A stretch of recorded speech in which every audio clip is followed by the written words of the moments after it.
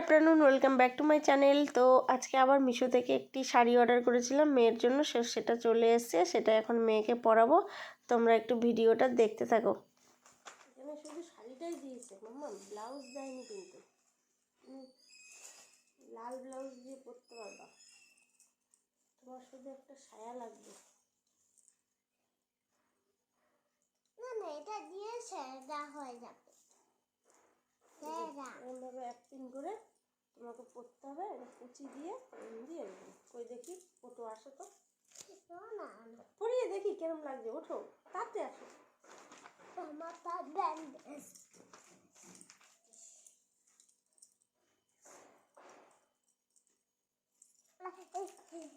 ঠান্ডা ঠান্ডা। হ্যাঁ, কিসের কাণ্ড? কুসুমের কাণ্ড বেরিয়েছে। কুসুমের? হ্যাঁ, এইটা এই দিকে না, দাঁড়াও আমি ঠিক দিচ্ছি।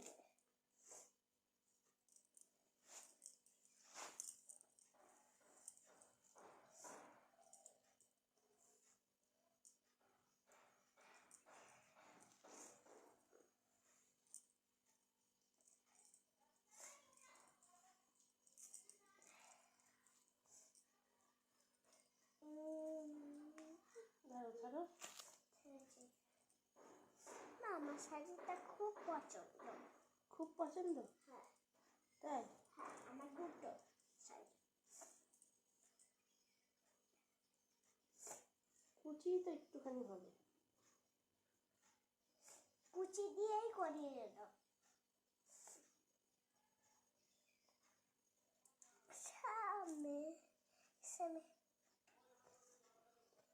একদম ছোট্ট শাড়িটা। ছোট্ট শাড়ি। দাঁড়াও, এখানে এটা ঢুকায় না। কি বললাম? এটা এখানে ঢুকায় না, এটা আঁচল। ছাড়ো না, সবাই এটা ঢুকায়। এই যে এইটা ঢুকায়, যেটা আমি ঢুকাচ্ছি এইটা, সেটা। হ্যাঁ, বাহ, দেখি। দাও না, দাঁড়াও আমি ঠিক করে দিব তো। এই যে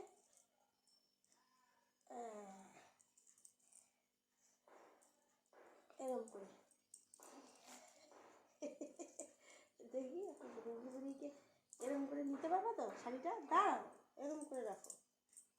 হ্যাঁ, এরকম করে। এটা হচ্ছে আঁচল। হ্যাঁ হ্যাঁ, বাহ বাহ বাহ বাহ, দেখি।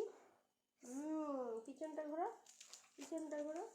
ঝাঁপড়ি তো হয়ে গেল। বাহ, সুন্দর। দেখি একটু হেঁটে আসো, দেখি এদিকে যাও, ওইদিকে যাও, হেঁটে আলমারির ওখানে যাও, আলমারির ওখানে যাও যাও যাও যাও যাও। এই যা। আবার আসো, দেখি আসো, চলে আসো আমার কাছে, আসো আমার কাছে, আসো আসো। বাহ বাহ, দেখিটা ভালো হয়েছে? হ্যাঁ, খুশি?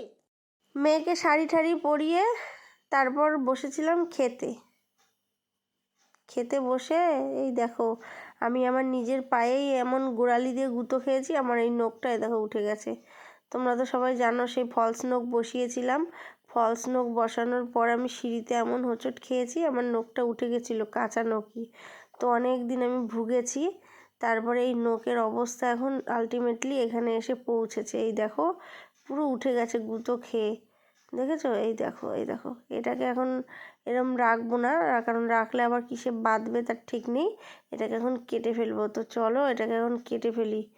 এই দেখো, অনেক কষ্ট করে এটাকে কাটছি। আমার কিন্তু ব্যথা লাগছে, জানো তো, ব্যথা আছে।